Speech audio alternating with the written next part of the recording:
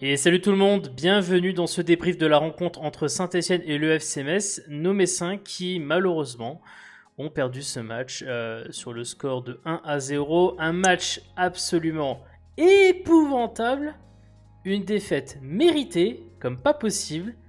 Et ben c'est pas évident de trouver de bonnes choses à dire sur ce match. Donc ce débrief sera à base de mauvaises choses, hein, on peut le dire. Et pour contribuer à la tâche, j'ai Monsieur Grenat Forever avec moi. Comment vas-tu, Grenat Forever, après cette terrible défaite de nos Messins? Bonsoir Monsieur Socket, écoute, j'ai vécu des jours meilleurs, mais bon, ça fait bizarre de... On n'avait plus l'habitude de goûter à la défaite, donc c'est vrai que c'est toujours les lendemains de défaite sont toujours un peu plus compliqués que d'autres. Ah, ça c'est clair et Mais net. bon, dans notre situation, voilà, je ne suis pas non plus déçu comme j'aurais pu l'être dans d'autres défaites, à d'autres moments et dans d'autres circonstances Et dans notamment. d'autres circonstances, évidemment. Ça qu'on rappelle que Metz était resté sur 6 matchs d'invincibilité. Invincibilité en 2021 qui malheureusement a pris fin avec cette défaite contre Saint-Etienne. Avant de commencer ce débrief, petit rappel, bien sûr, vous pouvez nous mettre dans les commentaires votre top et flop. Alors ça va être très compliqué de donner un top sur ce match, hein, je le sais. Pour les flops, à mon avis, il y aura l'embarras du choix, hein, vous allez vous amuser. Mais bien sûr, dites-le nous en commentaire. Nous, bien sûr, on donnera notre top et flop à la fin de ce débrief. Autre chose, bien sûr, n'oubliez pas de vous abonner comme d'habitude à la chaîne YouTube La Maison du Grenat. Un grand merci à ceux et celles qui vont s'abonner par la même occasion. Dernier point, comme d'habitude, ce débrief est coupé en plusieurs parties que vous pouvez retrouver dans la description de la vidéo si vous voulez accéder à une partie directement. Grenat Forever, nous commençons sans plus tarder par faire un petit coup d'œil sur les 11 des deux équipes. Parce que Saint-Etienne, parce qu'on va commencer par parler de Saint-Etienne, nous a un peu surpris Grenat Forever. Dans notre avant-match, nous avons dit que Saint-Etienne était une équipe qui, notamment depuis son succès contre Nice, avec le match nul qui a suivi derrière contre Nantes, hein, le match contre Nantes avait eu lieu 3 jours auparavant, ils étaient en 4-4-2. Et là, quand on regarde cette tactique Grenat Forever, système avec 3 défenseurs centraux et donc 2 pistons, un de chaque côté, et donc une sorte de 3-4-3 avec bien sûr une des surprises notamment sur la composition, c'était déjà la présence de Modeste en tant que titulaire, alors que toi-même tu en avais plus parlé en tant que remplaçant et plutôt que starter, hein, dans son 11 de départ côté Saint-Etienne. Et c'est vrai que on avait peut-être aussi la surprise de Monet Paquet, qui n'était pas attendu comme titulaire dans ce match. Et il y a donc effectivement ce trio défensif, hein, avec Moukoudi, Kolodjezak et on en parlera aussi de Monsieur Papé Abou Cissé, qui nous aura posé d'immenses problèmes dans ce match, comme on n'a jamais vu.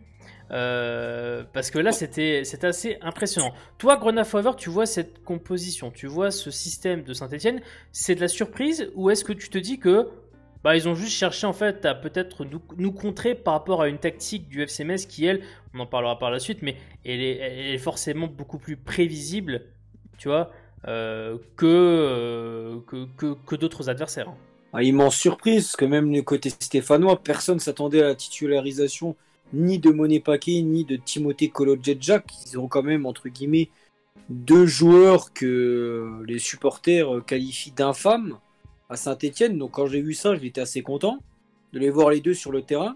Et le dispositif, ouais, ça m'a intrigué, parce que je pensais qu'il allait rester fidèle à son 4-4-2 ou même son 4-2-3, avec peut-être un Amouma derrière Anthony Modeste, un peu en 9,5, numéro 10. Au final, il a fait ce système pour essayer de contrecarrer notre système. Ça prouve quand même que, voilà, que Saint-Etienne avait peut-être un peu peur de nous, ce qui confirme qu'on est une équipe qui commence à faire peur à certaines équipes qu'on n'aurait jamais pensé ça. Donc j'ai été intrigué, content au vu de la composition de Saint-Etienne avant le match, évidemment, pas après le match, mais intrigué. Oui, d'autant que c'est pas la première équipe qui aligne un tel système, tu sais, avec 3 défenseurs centraux. On s'en souvient bien sûr du match il y a 3 jours, donc 3 jours avant la rencontre contre Montpellier, hein. Montpellier qui a d'ailleurs commencé son match avec tu sais, un système à 3 défenseurs. Ça a évolué par la suite durant le match. Nice avait aussi démarré avec un système à 3 défenseurs centraux, hein, qui nous avait aussi un peu posé des problèmes, qui avaient beaucoup bloqué le travail notamment de nos pistons, hein, et ça avait été une difficulté. Et effectivement, tu as raison, c'était des choix surprenants et effectivement une tactique qui était vraiment là pour nous poser des problèmes. Et au final, et on va en parler juste après, mais ça nous a effectivement posé beaucoup de problèmes. Côté FC Metz Grenade Forever, alors on avait fait en avant-match une sorte de prédiction sur qui allait jouer dans des postes clés, hein. Bien sûr, l'une des questions, c'était le milieu de terrain. Parce que le milieu de terrain, pour contextualiser la chose, Sarr joue contre Montpellier 3 jours avant Saint-Etienne. On est d'accord ? On se retrouve quand même avec un Sarr qui a déjà joué contre...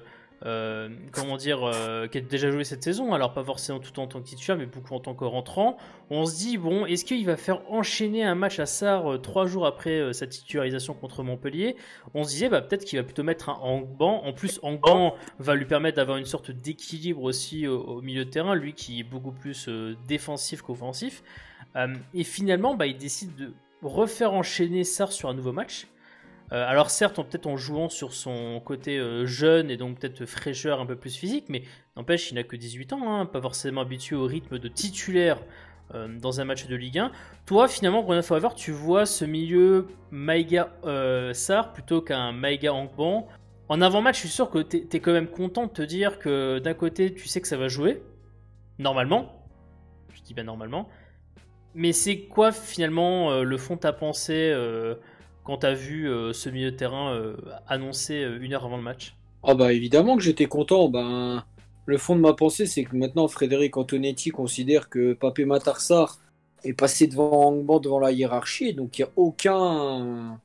Et que tant qu'il a les capacités physiques pour enchaîner des titularisations, peu importe qu'on joue tous les 3 jours, tant pis pour Angban, on met la doublette qui, à ses yeux, à l'instant T, à la début février, à la doublette qui pour lui va lui apporter le plus de gages de sûreté pour essayer de faire du jeu et aller chercher des victoires. C'est un message quand même très très fort envoyé à Angban, le fait de ne pas le titulariser 3 jours après Montpellier où il n'a déjà pas commencé titulaire. C'est un message très fort envoyé à Angban et un message très fort envoyé à un jeune de 18 ans. En gros, voilà, c'est... À 18 ans, on lui laisse maintenant les clés du camion. Il a des grosses responsabilités. Là, Antonetti lui fait clairement confiance. Ouais, c'est vrai que grosse responsabilité sur lui. Et c'est vrai que je reviens beaucoup à Angban parce que Angban, vous savez que c'est comme un joueur qui, sous Antonetti, est un peu normalement un des cadres. Hein. Je rappelle que c'est un des joueurs qui était déjà présent quand au partir du moment où Antonetti a repris le club en main, il est arrivé à ce moment-là au club et il fait partie des rares rescapés, tu sais, enfin des rares rescapés. Il y en a quand même encore un paquet, mais en tout cas, il était là comme depuis 2018-2019, il a quand même une certaine légitimité et c'est vrai qu'il se fait éclipser du fait notamment de cette performance plus que compliquée, notamment contre Brest, hein, qui aura été un peu le match qui, je dirais, a malheureusement contribué à sa sortie du 11 de départ. Et donc effectivement, encore un choix fort fait par Frédéric Antonetti. Au niveau de l'attaque Grenade Forever, c'est vrai que donc Leia Iseka débute en tant que titulaire contre Montpellier. Alors évidemment, pas mal de réflexions sur savoir qui allait peut-être l'accompagner. On se disait... Bon, ok, lui il allait être en attaque, qui va l'accompagner sur le côté? Est-ce qu'on aurait un Wagner Diaz sur le côté gauche? Est-ce qu'au contraire on reviendrait à la solution Lamine Gueye pour essorer la défense adverse avec une rentrée de Yad, notamment en deuxième mi-temps? Finalement, pas de Lamine Gueye qui commence au terrain. Décision est prise de mettre Wagner Diaz sur le terrain, accompagné non pas de Leia Iseka, mais de Monsieur Thierry Ambrose. Alors que toi-même, Grenade Forever, tu étais plutôt, on va dire, déterminé à l'idée de te dire que Ambrose n'a aucune chance de commencer le match en tant que titulaire et que si on le voyait titulaire, ça serait absolument terrible.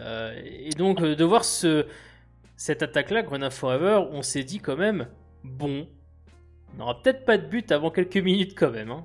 Oh moi, je l'avais dit dans l'avant-match, c'était pour moi inconcevable qu'un Thierry Ambrose, qui, je le rappelle, sans la blessure d'Opaenguet, ne serait plus messin au jour d'aujourd'hui, hein, c'est un fait. Pour moi, c'est inconcevable qu'il était titulaire. Je le comprends toujours pas au moment où on fait ce podcast. Alors j'avais dit que Wagner serait titulaire, ça c'est ce qui s'est passé. Il y a dans Super Sub, ça me plaisait aussi beaucoup. Mais le fait du coup d'avoir Ambrose, en fait j'aurais préféré soit Iseka et décaler Wagner sur le côté, soit avoir Wagner en pointe et Lamine Gueye dans le cas là, plutôt à droite. Mais pas une association en plus qui était l'une des dernières associations que n'avait jamais testé Frédéric Antonetti. C'est-à-dire et Wagner Diaz avec Ambrose. Ça n'était jamais arrivé. Et c'est pas prêt d'arriver à nouveau. On en parlera après, mais c'est vrai que cette association, très surprenante, un peu, je pense que, on le disait déjà en off avec Grenoble Forever, mais l'idée que on a dit certainement à Ambrose, bon écoute mon coco, on te laisse pas partir à Utrecht, mais par contre, voilà, on va quand même te laisser du temps de jeu. Là, voilà, il a encore une chance de démarrer titulaire et de se montrer. Et ça a été malheureusement pas forcément très évident. En tout cas, les 11 des deux équipes, on l'a traité. Maintenant, passons au match en lui-même. Parce que on va aborder ce match sous plusieurs angles, pas forcément mi-temps par mi-temps, mais vous donner un peu notre ressenti sur ce match. Bon, on est d'accord, Gonna Forever, que résumons ce match de manière très très simple. Le FC Metz a raté sa rencontre. Défaite méritée, on peut le dire. Bien sûr, vous aurez l'occasion notamment de voir les nombreuses statistiques qui corrigent, enfin pas qui corrigent, mais qui en tout cas valident ces propos-là. Toi, Grenade Forever, si tu as quelques sentiments généraux à nous partager, puis après on ira peut-être un peu plus dans le détail s'il y a des choses qui te t'ont un peu plus tiqué. Sentiment général Grenade Forever sur ce match. Qu'est-ce que tu peux nous dire là-dessus? Sentiment d'impuissance comme j'ai jamais vu depuis peut-être les 3 premières journées. J'ai pas senti un tel sentiment d'impuissance dans un match à l'extérieur en fait depuis le match contre Lille, comme on en parlait hier en off. C'est la première fois que tu sens que t'arriveras pas à marquer. Peu importe ce que tu vas faire, t'arriveras pas à marquer. Alors, tu n'emploies pas évidemment les bons moyens pour te donner une chance déjà de marquer, ça c'est un fait, mais tu sentais que dans tous les cas, tu n'y arriverais pas hier après-midi.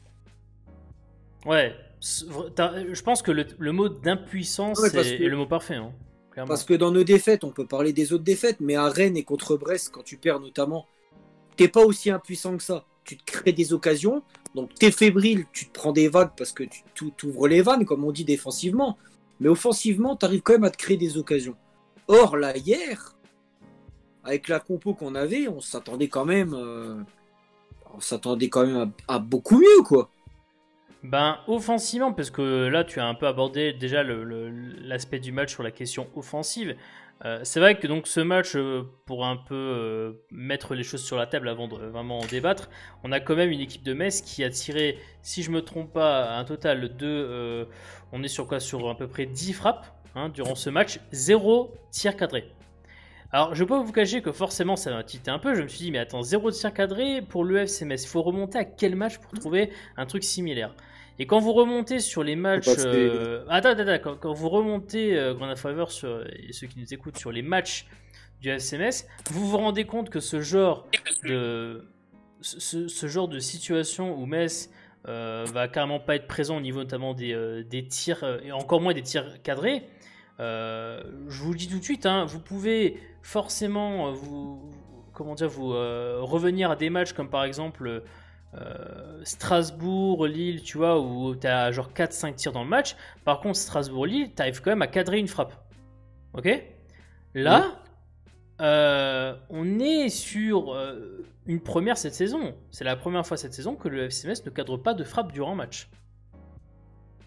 Alors, c'est là où là tu te dis, c'est quand même assez intriguant. Et puis tu sais, je me suis renseigné, regardez un peu aussi, tu sais, les situations de frappe, notamment la distance par rapport au but.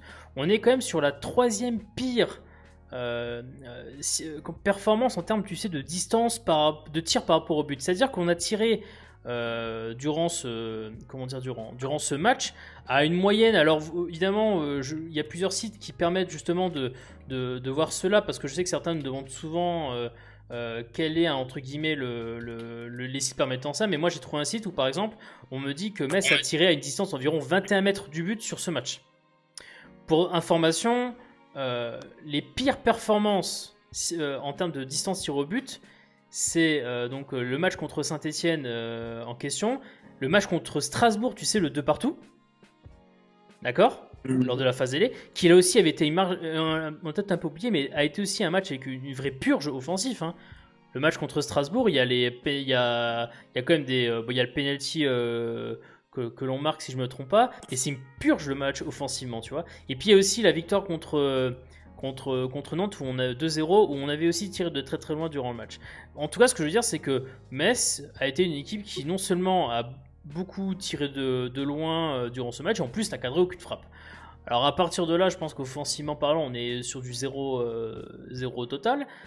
Toi, Grenade Forever, quand tu te dis on arrive à ce genre de choses, c'est-à-dire des frappes qui sont faites de très très loin, qui ne sont pas cadrées, des attaquants, puisque tu parlais de Ambrose et Wagner quand on a abordé la composition, quand même des attaquants côté messin qui ont tiré respectivement au but. Et là, attention, préparez-vous parce que ça peut vous faire un peu mal aux yeux d'entendre ça. Mais Ambrose a tiré 0 fois au but. Wagner Diaz a tiré 0 fois au but. 0 plus 0, bon, pas tête à toto, mais bon, parlons quand même. Les raisons, Grenade Forever. Quelles sont les raisons de cet échec offensif? Oh, bah, il y en a beaucoup déjà. Si on tire loin, c'est que tu es impuissant parce que tu n'arrives pas à combiner près de la surface et à ramener le ballon dans la surface. Donc bah, quand tu es impuissant, tu tentes des frappes un peu désespérées de loin. C'est ce qui s'est passé, c'est ce qu'on avait fait vivre à beaucoup d'adversaires cette saison notamment. C'est clair. Ambrose et Wagner sont pas exempts de tout reproche parce qu'en première mi-temps, notamment, à chaque fois, le problème c'est que les deux ne savaient jamais où se placer. Donc, chaque fois, déjà, ils n'avaient pas beaucoup de ballons, voire peu, mais ils faisaient à chaque fois les mêmes appels du même côté. Donc, c'était un peu compliqué pour un Farid Boulaya de les trouver, notamment. Mais bon, on s'est entêté à jouer long. Ah oui. Il y a le fait de jouer long parce qu'on n'arrive pas à combiner. Quand on essaye de combiner, ce qui est très rare, on a peut-être vu on peut le dire, le plus mauvais match techniquement de notre maître à jouer. Quand lui est pas bon techniquement, bah évidemment, c'est tout le jeu messin qui en pâtit. Mais il n'est pas aidé aussi par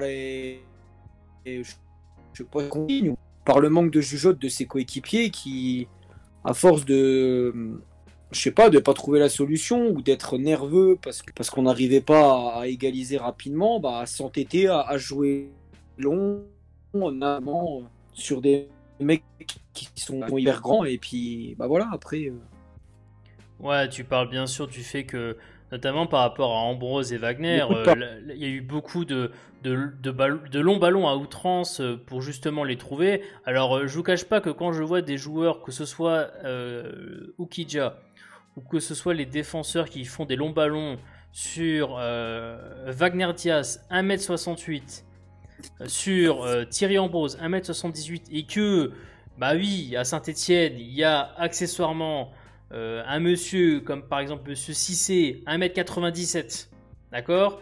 Vous avez aussi monsieur Kolodjezak qui culmine à 1m85, d'accord. Et j'oublie bien sûr monsieur Haroun Moukoudi, hein, qui culmine lui à une taille, je sais pas si j'ai la taille ici, est-ce que j'ai la taille? J'ai pas la taille, comme par hasard, humour. Enfin bref, des joueurs de grande taille. Ce que je veux dire par là, c'est qu'à un moment donné, on a juste subi ce que on a fait beaucoup subir à certaines équipes qui avaient des attaquants de petits gabarits et qui ont tenté de jouer long. C'est-à-dire que physiquement parlant, nos attaquants se sont fait bouffer et on a joué sur leur physique au lieu de jouer, tu l'as très bien dit, notamment sur des jeux de combinaison courts.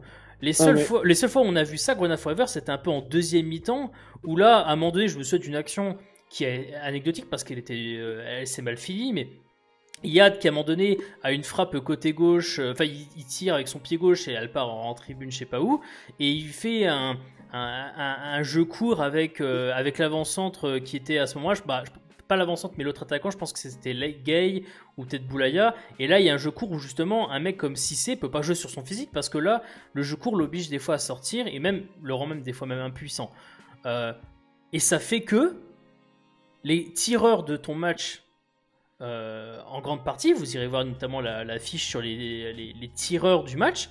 Vous vous rendez compte que ceux qui ont le plus tiré dans le match, c'est essentiellement les milieux de terrain. Boulaya tire 2 fois, j'ai Sarr qui tire 1 fois, j'ai Maïga qui tire 1 fois, j'ai les latéraux qui se mettent aussi à tirer, voilà. Braun qui notamment nous fait sa frappe, tu sais, à je sais pas combien de mètres, là, tu sais, qui part au-dessus, acte de désespoir, tu sais, quand tu sais pas quoi faire, que tu frappes de loin. D'ailleurs, il a fait pareil contre Monaco. La première journée, on n'arrivait pas tu sais, pareil, on avait du mal à vraiment porter le danger en deuxième mi-temps. Braun a fait pareil, tu sais, la frappe de loin à 30-40 mètres.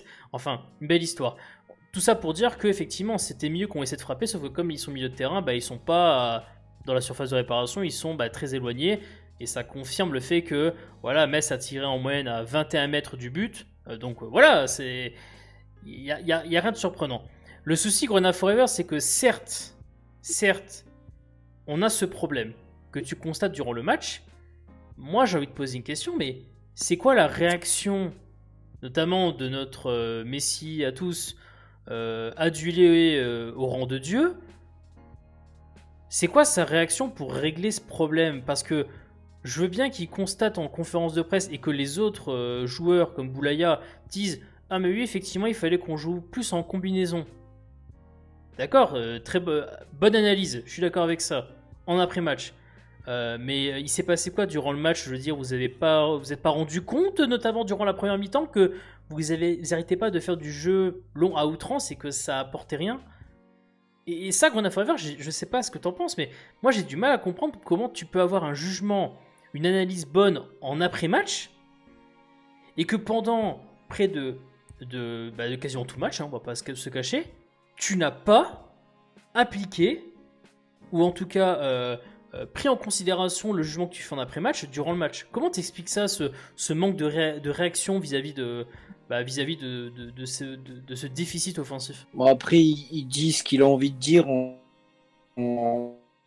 après que pendant le match, c'est les joueurs qui sont sur le terrain. Je suis pas persuadé que c'était sa consigne à lui. Je pense que les joueurs ont manqué de lucidité, pas forcément les choix. Tu respectes pas forcément. Je dis pas qu'ils ont... Mais dans la précipitation, tu oublies peut-être tes principes de jeu qui ont fait ta force ces derniers temps, et donc tu joues long. Et donc inconsciemment, après, tu renages négatif et tu fais ça quasiment tout le match. Ouais, ok, très bien, mais mais le boulot de l'entraîneur. Contre Lyon, Wagner, parce que contre Lyon, c'est à peu près pareil. Hein. Wagner était titulaire et Marcelo et Denayer qui font encore plus grand que ce qu'on avait hier avec Cissé, mais ça nous a pas empêché de relancer très peu des longs ballons sur Wagner contre Lyon. On a rarement balancé des scuds. Hein. Oui, mais on a toujours cherché à jouer dans les pieds, même s'il y avait du déchet technique.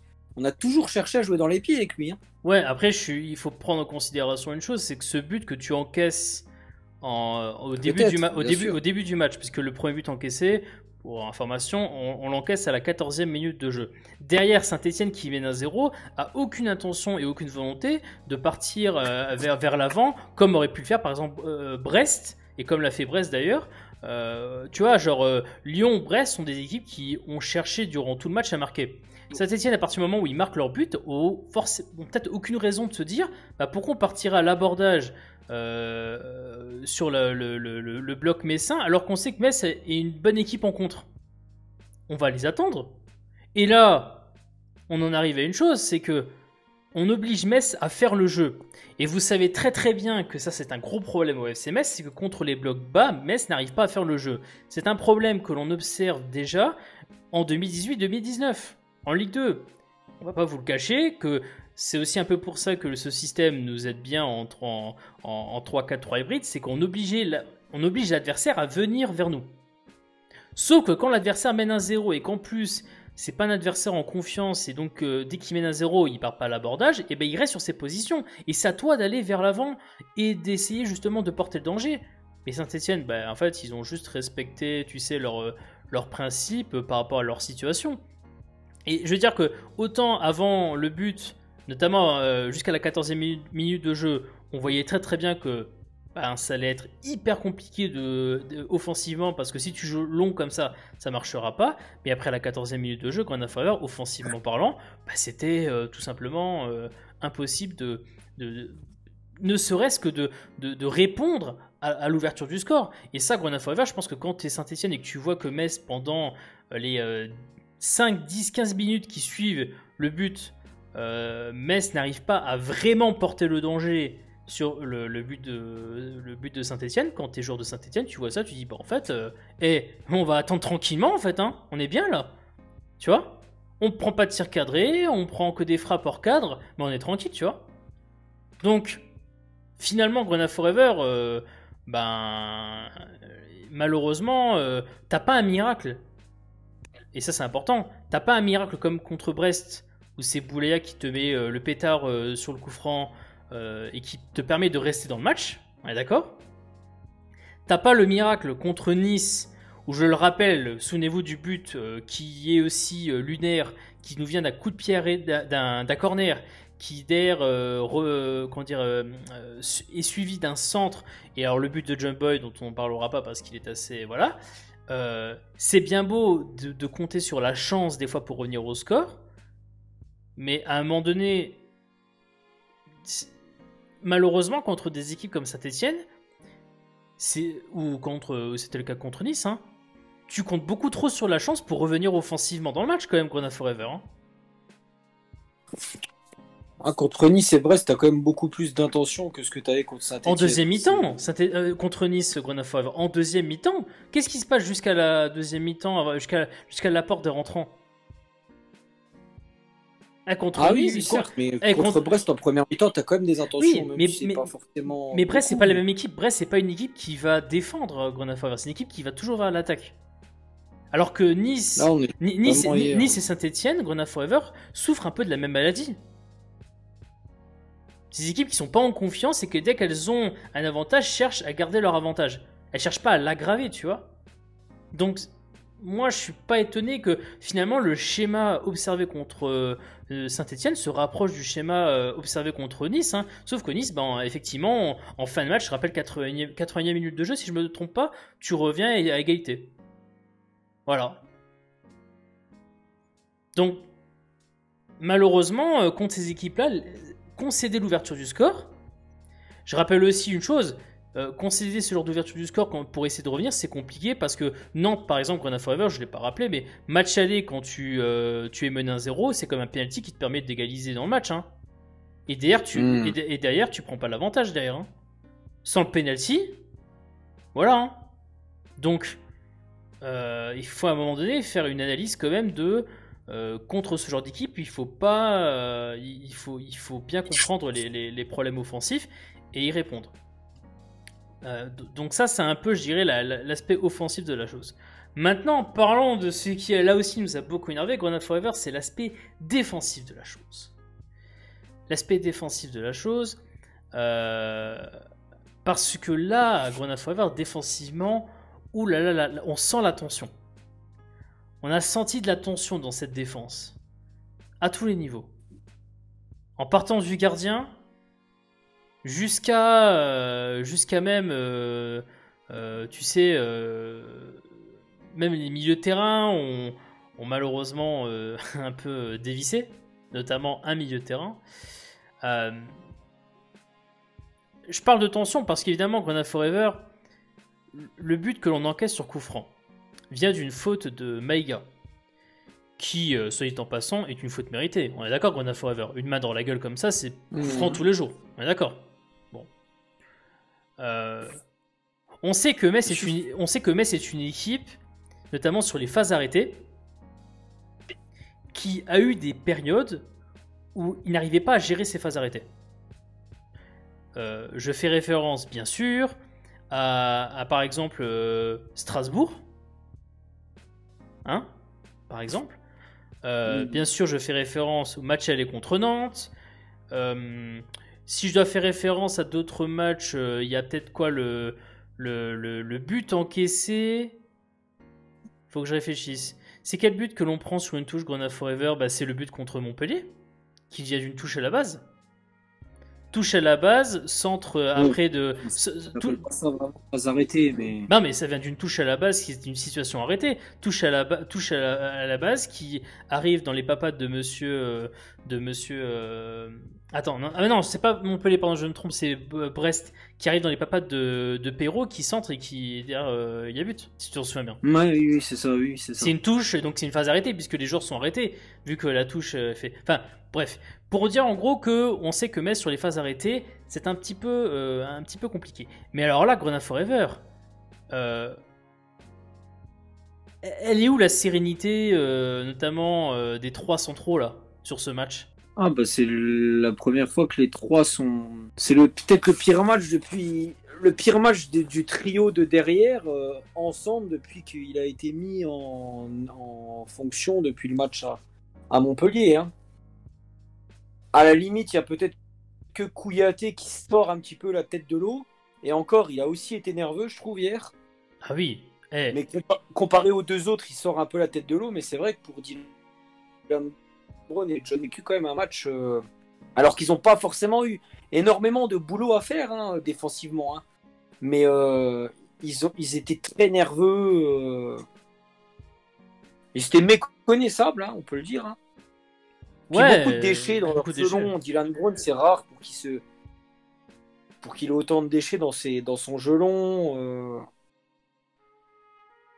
Ouais, non, t'as raison, beaucoup de déchets et c'était très très problématique d'avoir cela parce que tu dis, mais. Et on était loin, ils étaient loin au marquage, donc Ouais. même si Saint-Etienne ne se créait pas de danger, après, bah, ça permettait quand même à Saint-Etienne de pouvoir se faire des passes dans nos 30 mètres et on n'avait pas cette pression qu'on met constamment. À chaque fois, tu as l'impression qu'on avait toujours 1 ou 2 mètres de retard dans chaque duel. Au moment où les Stéphanois récupéraient, seulement on allait au marquage.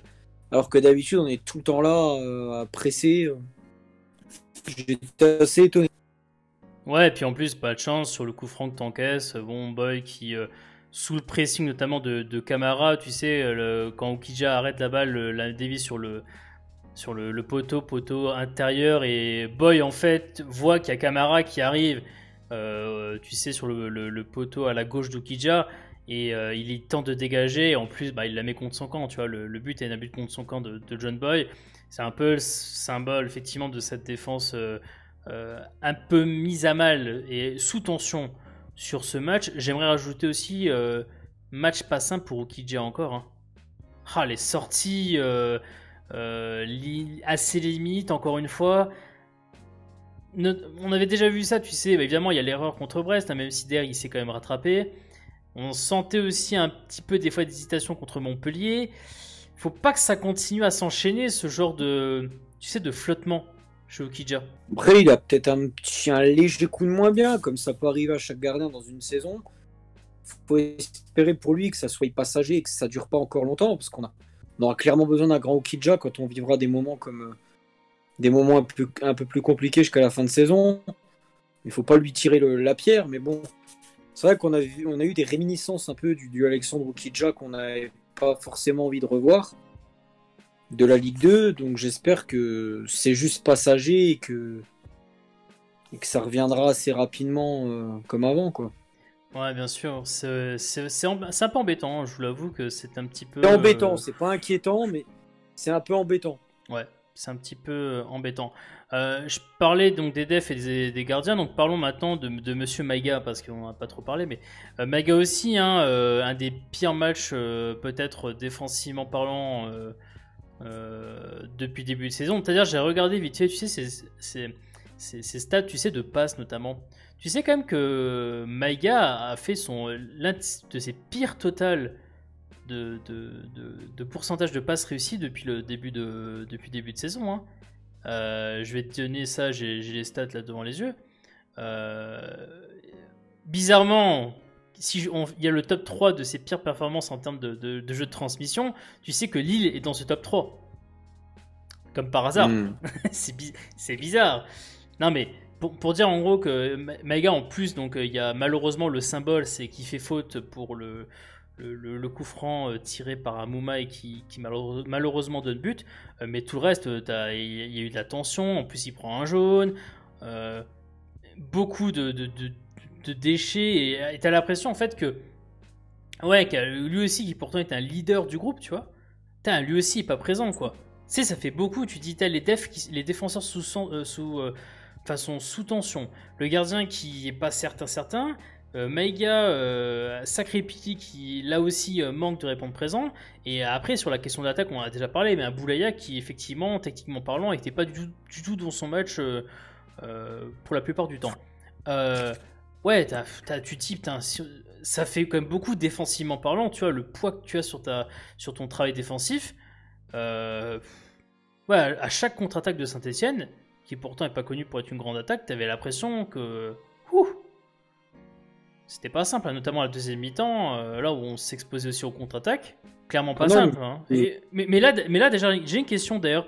Voyant le milieu de terrain qui est dans la récupération, peut-être pas autant. Est-ce qu'un Angban aurait pu rentrer techniquement pour remettre un peu. Même si je suis d'accord que ça n'a pas de sens ce que je dis, parce que on devait revenir au score. Mais devant ce milieu de terrain qui s'est fait un peu, tu vois, enfin qui a eu vraiment du mal, tu penses que même si ça avait été Angban, ça aurait été pareil, toi, au milieu de terrain? J'ai du mal à répondre à cette question. On ne sait pas ce qui se serait passé. Ça t'aurait permis d'avoir un Papé Matarsar sur le banc, en sortie de banc, mais bon, c'est toujours la même chose. Si le scénario était quand même défavorable avec Angban sur le terrain ou Papé Matarsar, je pense que ça aurait quand même été la même chose. Parce que le seul à avoir un peu surnagé au milieu, en fin de compte, c'est Papé Matarsar. Donc, Ouais, c'est clair. C'était peut-être Angban et Sarr qu'il aurait fallu mettre si vraiment Maïga a un petit coup de moins bien. C'est peut-être aussi, moi je le pense, certainement dû au Covid-19. Hein. C'est pas parce qu'il est asymptomatique qu'après, ben, quand tu es sportif de haut niveau, t'as pas des quelques séquelles entre guillemets quand tu joues. Et j'espère que c'est ça, parce que voilà. Mais non, ça aurait été quand même, je pense, la même chose. Ça a été un match sans à peu près de tous les cadres, donc à partir du moment-là, tu peux pas espérer grand-chose. Tu peux pas espérer grand-chose. Hein. C'est clair. Donc en tout cas, la conclusion que l'on fait de ce match, c'est que autant offensivement ça a été infect, autant défensivement on a senti de la tension et un peu de fébrilité, notamment sur les phases arrêtées. Et donc forcément que l'on espère que ce genre de performance ne soit qu'un épiphénomène, tu vois, et ne soit pas quelque chose qui se répète, parce que on a commencé à voir des choses contre Montpellier qui des fois nous ont pas fait plaisir. Là, non, c'est clairement match raté sur l'attaque et aussi bien en défense. On a fait un peu le tour en général de ce match Grenade Forever. J'aimerais que nous regardions un peu le classement. Conséquence de cette défaite du FC Metz, avec notamment les autres résultats et donc l'évolution de ce classement, on peut voir Grenade Forever a un FC Metz qui à l'heure actuelle est toujours bien sûr dans la première partie de tableau de Ligue 1, avec aussi une information assez importante, c'est que les équipes du bas de la première partie de tableau ont tout simplement, quand on regarde Grenade Forever, tous perdu. C'est-à-dire que nous avons perdu, Angers a perdu, Marseille et Bordeaux ont perdu. Donc de la 7ème place jusqu'à la 10ème place, ça a perdu. Lens, avec son match nul, est passé devant nous.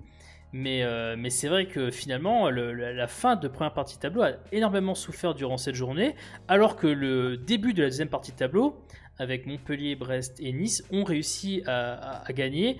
Saint-Etienne, qui d'ailleurs, grâce à ce résultat, pour une petite information, rattrape tout doucement le haut du panier de la deuxième partie de tableau, hein, si je résume. La seule bonne nouvelle dans cette journée Grenade Forever, c'est quand même que les 3 derniers ont perdu leur match. Ce qui fait que pour le maintien, évidemment qu'il n'y a pas de conséquences négatives de ces résultats-là.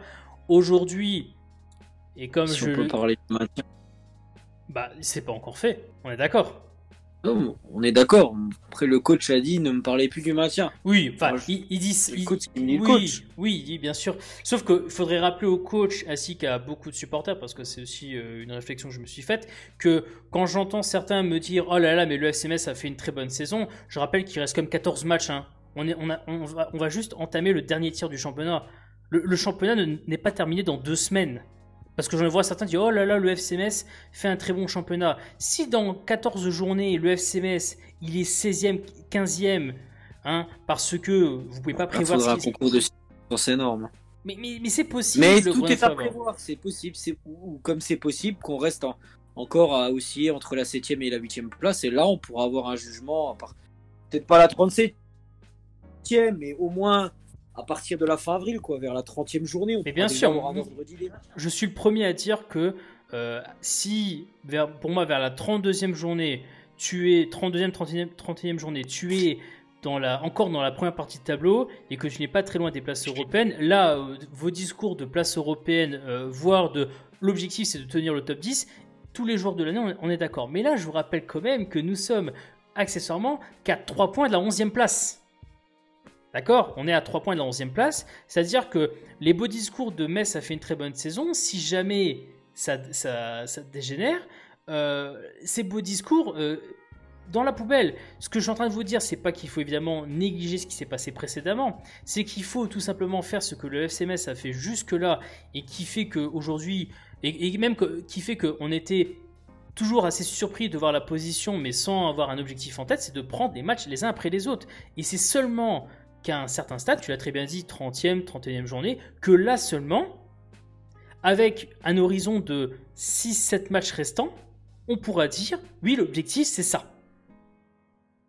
Mais j'ai l'impression que l'on parle comme si le championnat se terminait en 2 semaines. Moi, ça me gêne énormément. Parce que c'est pas le FC Metz, ça. Le FC Metz, c'est une équipe qui, que l'on veuille ou non, est pas forcément certaine d'avoir de la constance dans les résultats, même si à l'heure actuelle on a vu comme de la constance depuis 2021, tout est possible. Regardez, nous avons réussi comme à perdre contre Saint-Etienne, par exemple. Voilà, tout est possible dans le football. Personne n'aurait prévu, par exemple, que Lorient est en train de faire un comeback alors qu'ils étaient au fond du trou il y a quelques semaines. Ça sert à rien, on n'est pas devin, donc match les uns après les autres. Pour l'instant, nous sommes très très bien, nous sommes 7e. C'est une place qui est assez excellente, mais le championnat n'est pas terminé. Je rappelle, 42 points à distribuer d'ici la fin du championnat. Méfiance, bien sûr, pour tout le monde à ce niveau-là. Au niveau Gonna Forever des top et flops, puisque nous avons terminé ce débrief sur les top et flops, j'aimerais te donner la parole, bien sûr, pour que tu nous donnes tout d'abord ton top. Parce que là, il n'y aura pas beaucoup de choses à dire, vu que la liste des tops n'est pas très grande. Mais il y aura beaucoup de choses à dire sur les flops. Quel est pour toi le top de ce match? C'est compliqué, j'ai envie de mettre encore un Pape Matar Sarr, certainement. Par défaut? Ouais, plus par défaut, du coup. Parce que je trouve que c'est l'un des rares, entre guillemets, pour son âge, son peu d'expérience de la Ligue 1, surnager comme il l'a fait, c'est l'un des rares quand même à avoir essayé d'aller toujours, d'essayer de jouer vers l'avant, de ne pas essayer de lancer des longs ballons, il a toujours essayé de combiner, même s'il a aussi eu du déchet.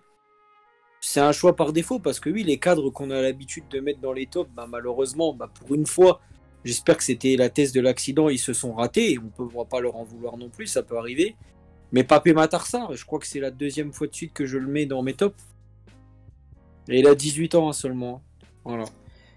Ouais, c'est vrai qu'il il a effectivement... Il est amené à beaucoup d'importance ces prochaines semaines. Le mot surnager est un très très bon mot hein, pour Sarr.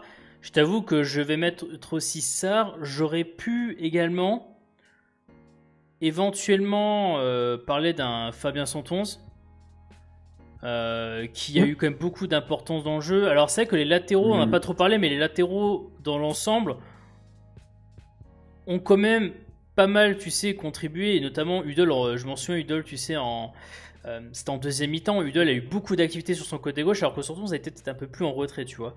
Udol a eu beaucoup d'impact sur le côté gauche, et comme vous savez, c'était effectivement pas simple. Mais je vais rester quand même sur Sarr, effectivement. Hein, finalement, je pense rester quand même sur Sarr, parce que ouais, c'est bien de surnager comme ça, même si c'est aussi un problème, parce que ça prouve que les autres font pas forcément les efforts pour performer à ce niveau-là. Au niveau des flops, Gonna Forever, là, le choix est vaste. Il est énorme, je dirais. C'est quoi ton flop de ce match? Ouais, c'est compliqué. On va dire que je lui tape dessus encore, mais Thierry Ambrose. Oui, on va... J'aurais pu mettre un cadre, entre guillemets. J'aurais pu mettre un Naby Maïga, mais comme j'ai dit tout à l'heure, j'ai envie de lui laisser le bénéfice du doute et du fait que c'est plus à cause de la Covid-19 qui que ça fait 2 matchs qu'il a du mal à se remettre dedans. Mais Thierry Ambrose, non, moi j'en peux plus de ce mec-là. J'en peux plus de ce mec-là. Je comprends qu'Antonetti l'ait mis titulaire à Brest parce qu'il fallait, entre guillemets, lui, comme on a dit qu'il était peut-être sur le départ, essayer de le concerner encore un peu dans le groupe, d'essayer de le mettre titulaire. On a vu que c'était compliqué. Là, il le remet titulaire. J'ai eu un peu de mal à comprendre. Je m'attendais plus à le voir peut-être dans 2 jours en Coupe de France. Puis là, voilà, comme tu as dit tout à l'heure, 0 tir cadré, 0 tir tout court, même pas d'appel, essayer de faire des appels, essayer de courir au moins, courir. Même pas ça, non, pitoyable et j'en ai ras le bol de lui. Ouais, écoute, moi... Ouais, tu voulais ajouter ? Non, c'était juste ça, c'est que voilà... Écoute, moi, je t'avoue que je vais aussi dire Ambrose. J'ajouterais quand même que, donc, je reste sur le même choix que toi. J'ajouterais que Wagner Diaz est pas loin d'être aussi mon flop pour les raisons auxquelles je vais me tenir. Et j'avais rappelé la chose après le match contre Brest parce que je vous avais prévenu que être bon en tant que rentrant ne veut pas dire qu'on est bon en tant que starter. Et ça s'est vu sur ce match. Ça n'est pas encore fait pour Wagner Diaz, donc s'il n'y avait pas eu le fait qu'il doit retrouver sa capacité physique, tout ça, il serait, je vous le dis clairement, un gros candidat pour être mon flop du match, mais il est dans la discussion. Hein. Autre flop que j'aurais pu mentionner, Boulaya. Bon, heureusement qu'il est un peu mieux en deuxième mi-temps, parce que la première mi-temps de Boulaya, là aussi pas simple. Hein. Pas simple, après voilà, il a tellement été je crois que depuis 2021, il y a peut-être eu un match où on l'a pas mis tous les deux dans nos tops. C'est clair, mais... J'ai envie de dire, peut-être encore heureux qu'il passe au travers, ça prouve qu'il est humain, qu'il rate un match. Faut pas que ça s'enchaîne. Faut pas que ça s'enchaîne. Pour moi, je suis persuadé que ça reste qu'un accident, ce qui s'est passé hier, même s'il y a beaucoup de choses à corriger, mais bon, ça, seul l'avenir nous le dira et on verra bien. On verra bien.